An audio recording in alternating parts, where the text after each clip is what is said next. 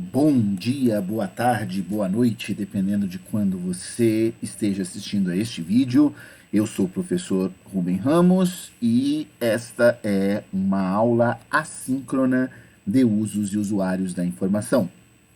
Como nós havíamos parado neste slide de brainstorming na nossa última aula, eu vou retomar a partir do mesmo e dar continuidade.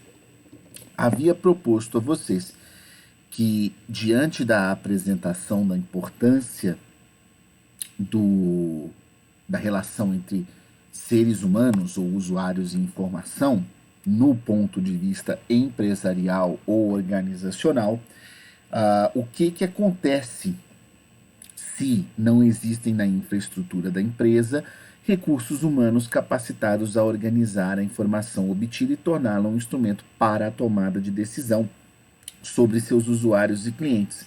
Como é que se torna possível alcançar a satisfação, a orientação para o mercado? É um paradoxo, e aí nós vamos começar a entender como resolver isso a partir de agora. Existem dois pressupostos. O primeiro deles é a relação de dependência entre a orientação para o mercado e as informações sobre satisfação dos clientes. O que isso quer dizer? Que, de acordo com as teorias estudadas e válidas até então, existe um grau de dependência entre essas duas instâncias. As ações ou conjunto de atividades que são realizadas tendo por orientação o mercado e as informações sobre satisfação de clientes.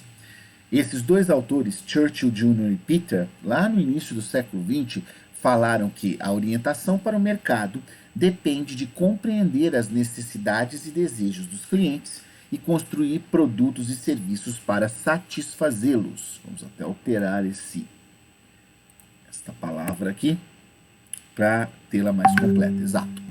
E aí o que acontece? Eles estão ilustrando como é essa dependência entre as duas instâncias. Porque para uma empresa, seja de micro, pequeno, médio ou grande porte, atuar e ter destacamento perante o mercado de trabalho cada vez mais competitivo, inclusive e sobretudo nesse momento que nós estamos vivendo de acesso e vida digital, virtual, eletrônica, o diferencial se constitui na compreensão do usuário ou cliente que vai fazer o uso do seu recurso, seja ele um produto, um serviço, uma fonte, um canal, enfim. Para compreender esse cliente, a empresa tem que ir direto naquilo que ele está necessitando e também nos desejos, nas vontades que esse cliente manifesta, para assim se sobressair. É importante lembrar que se uma empresa deseja se pautar pela orientação do mercado, ela tem que pensar em duas instâncias.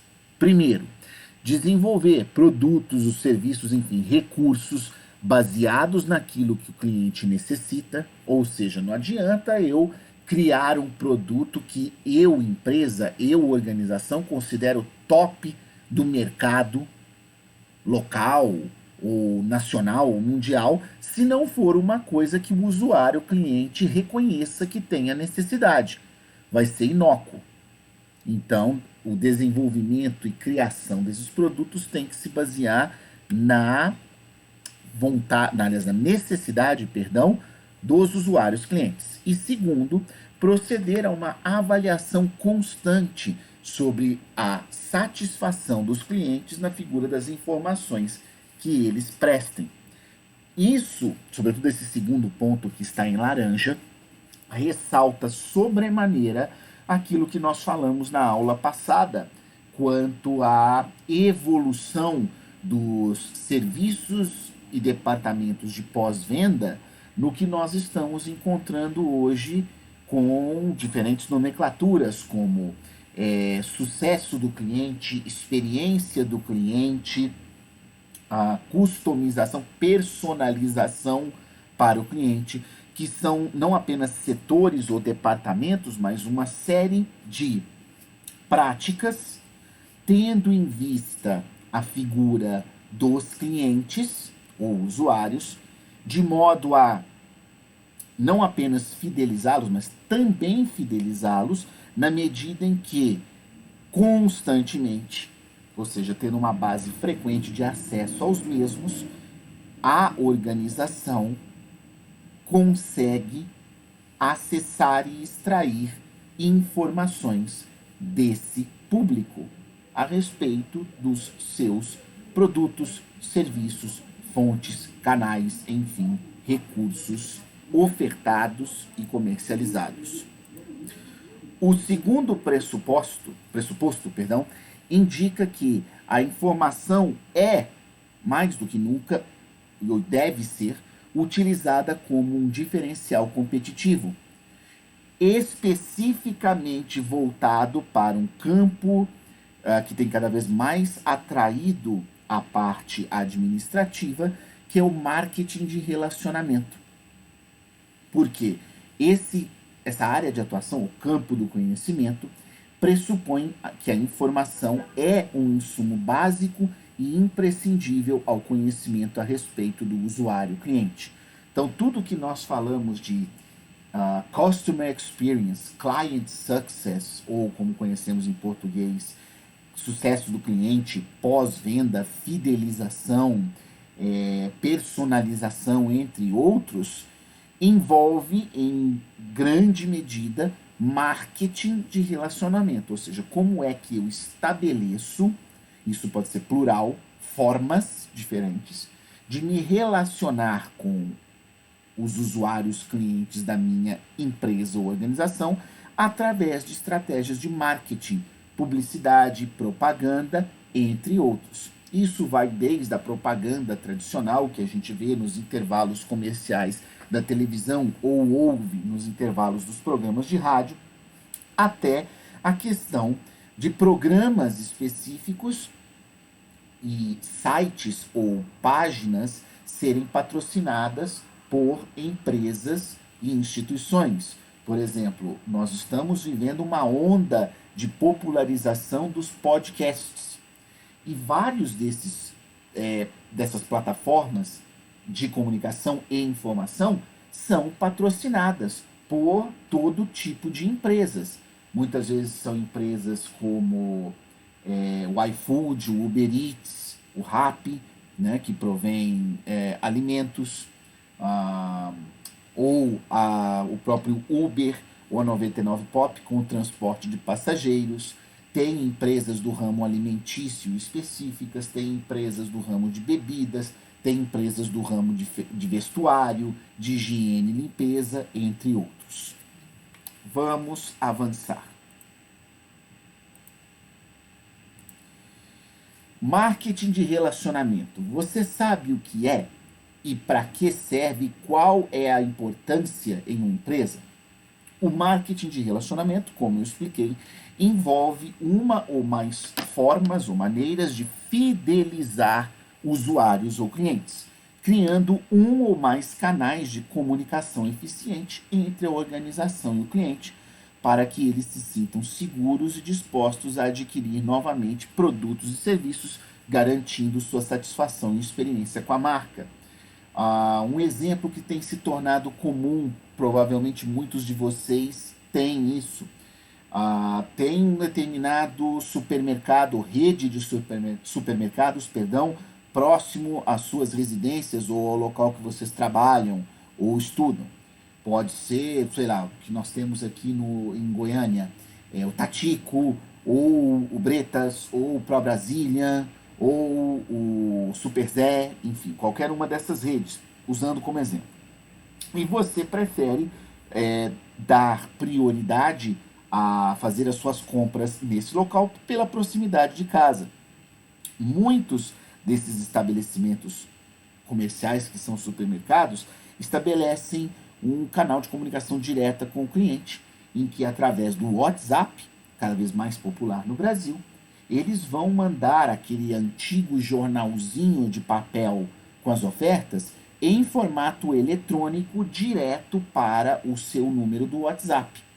Por quê? Porque você é um cliente que procedeu a um cadastro ou atendeu uma requisição de cadastrar-se junto à comunidade do referido supermercado.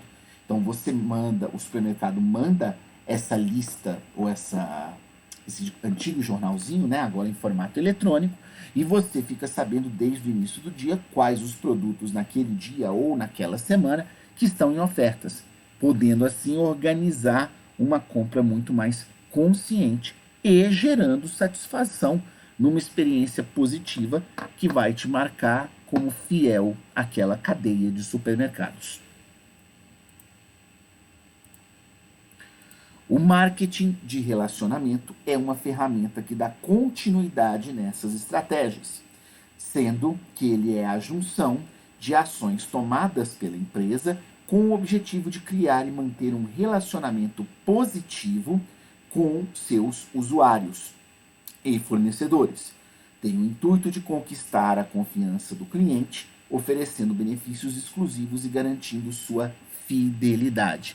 Então, tudo aquilo que nós pudermos considerar como uma ou mais ações com anuência da empresa, que tem como propósito criar e manter relacionamento tanto com o usuário, cliente, quanto com fornecedores, é chamado marketing de relacionamento. Exemplos, esse do cadastro à comunidade do WhatsApp do supermercado que eu acabei de dar. Aquele exemplo que eu dei na aula passada das pessoas que são donas de pets e que poderiam e se sentiriam normalmente muito mais valorizadas se de tempos em tempos o pet shop ou a clínica veterinária entrasse em contato por telefone ou pela mensagem do WhatsApp falando alguma promoção em virtude do aniversário do pet ou do aniversário do dono ou da última visita que o pet fez para um banho, tosa, vacina ou serviço apropriado. E isso são exemplos que podem ser expandidos para virtualmente todo e qualquer negócio hoje em dia. Lembrando que toda e qualquer empresa que quer se destacar hoje precisa tentar ao máximo garantir a fidelidade da sua clientela. E para isso, eu trago aqui um esboço do que vem a ser o marketing de relacionamento. Ou seja, pela imagem que vocês estão vendo aí, nós temos 3 dispositivos eletrônicos, né? No caso 3 notebooks, e percebam que eles estão interconectados. Ah, beleza, isso daí é a rede mundial de computadores. Até aí tudo bem. Mas eu tenho 3 pessoas diferentes, 2 homens e uma mulher no nosso exemplo, e cada um deles está falando ou pensando sobre uma coisa e fazendo uma ação correspondente. Por exemplo, no alto aqui, o nosso homem de laranja está pensando ou ouvindo uma música e resolveu fazer um tweet a respeito disso na sua conta nessa rede social em particular. Na de baixo, nós temos a mulher que está falando sobre um filme.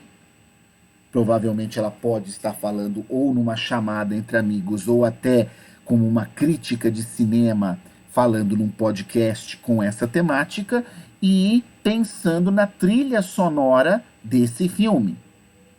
Beleza? E no terceiro caso, nós temos um homem que está curtindo, ou seja, ele está estabelecendo uma forma de engajamento junto a uma rede de supermercados ou a um tipo de compra que tenha feito num site de compras, podendo esse ou não ser supermercado, mas sempre representado pelo carrinho de compras como ícone em comum. E percebam que para fazer essas 3 instâncias, eles não interagem somente entre si.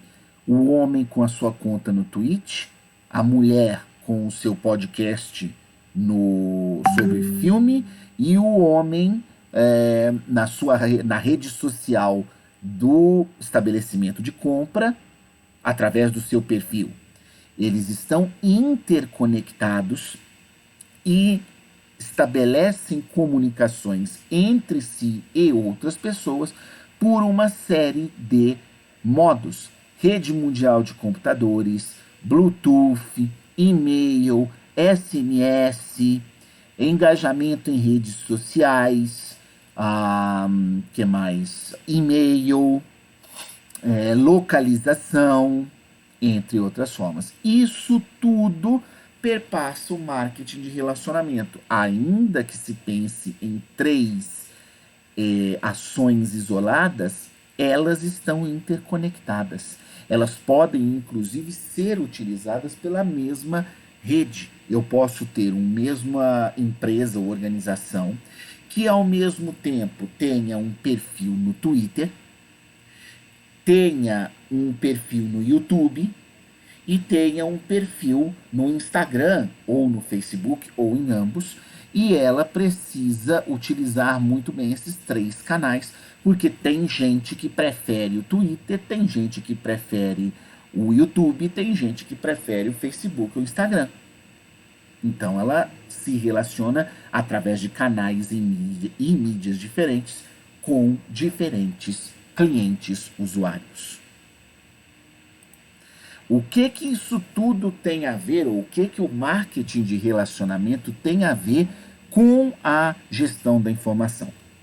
O marketing de relacionamento reconhece o valor e o potencial de lucro da conservação do usuário ou cliente. Ou seja, é muito mais proveitoso do âmbito comercial e organizacional você manter um cliente fiel do que conquistar um novo.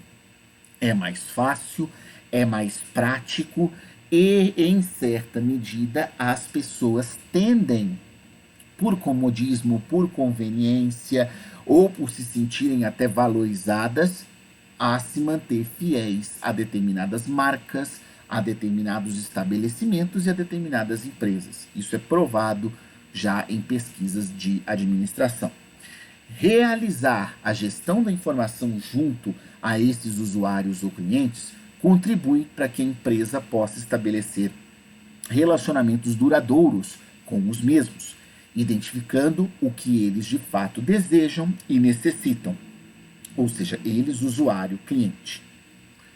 Perfeito. Qual é o princípio fundamental do marketing? Eu falo marketing em geral. Realizar ou almejar a satisfação do usuário cliente, levando em consideração as suas necessidades, os seus anseios e os seus desejos.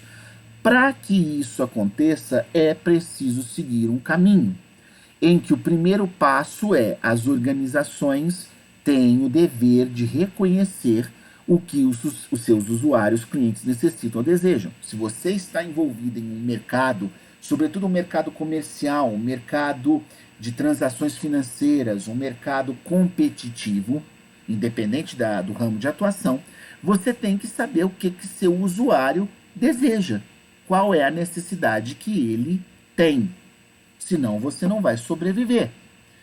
E segundo passo, a partir dessa informação, a empresa prima então por desenvolver para esses usuários ou clientes recursos, produtos, serviços, canais, fontes adequados às suas expectativas iniciais, ou pelo menos tenta. Ou seja, eu tenho o conhecimento do que meu cliente necessita. Legal. Então eu tenho que tentar bolar um produto, um serviço, um canal para que atenda a essa necessidade, pelo menos de forma inicial. O terceiro passo é, de acordo com a orientação para o mercado, a empresa oferta e realiza serviços ou cria produtos visando a satisfação do cliente. Ou seja, aqui no passo 2 nós tínhamos uma expectativa inicial, mas orientado para o mercado, essa expectativa inicial precisa ser constantemente revista e renovada, ou reforçada, como queiram. E isso encaminha o modo como a empresa deve continuar ou não a ofertar e realizar serviços com vistas à satisfação do cliente. Para finalmente chegarmos no último passo, que é saber se os usuários ou clientes ficaram ou não satisfeitos com o que lhes foi oferecido. O popular feedback, muito comum e muito levado a sério no tradicional sistema de pós-venda pelas empresas e organizações que levam isso a sério, não são todas, mas que têm evoluído, como eu já falei, para sucesso do cliente, experiência do cliente. Para fazer isso, tem algumas perguntinhas básicas do tipo: o que a empresa entende como usuários ou clientes satisfeitos? Qual é o grau ou o valor de satisfação com que uma empresa quer atuar perante o seu cliente? Segundo, como deve ser medida essa satisfação? É por frequência? É por engajamento? É por visibilidade? É por conversão? É por todos os fatores que eu falei? Terceiro, com que periodicidade? De quanto em quanto tempo a empresa tem que medir isso? E quarto, o que deve ser feito com a informação sobre a satisfação? Guardado numa gaveta ou num banco de dados e esquecido? Feito uma ou mais reuniões com diversos setores a respeito? Mandado para um ou mais departamentos para que tomem iniciativas a respeito? Quem tem que decidir isso é a empresa na figura da sua alta gerência. Com isso, nós concluímos o primeiro módulo de aulas de usos e usuários. Ele já estará disponível para vocês no SIGA a partir de hoje. E espero que vocês vejam. É muito importante que vocês assistam a essa aula antes da nossa aula de quinta-feira, para a ela encaminhar as suas dúvidas e perguntas. Normalmente eu abro a aula perguntando sobre a aula assíncrona, e isso vai continuar sendo feito neste semestre. Então, quem tiver dúvidas, perguntas, curiosidades, deve trazê-las para a nossa aula. Assim sendo, eu me despeço, agradeço a atenção de vocês e lhes vejo nesta quinta-feira. Muito obrigado e até lá!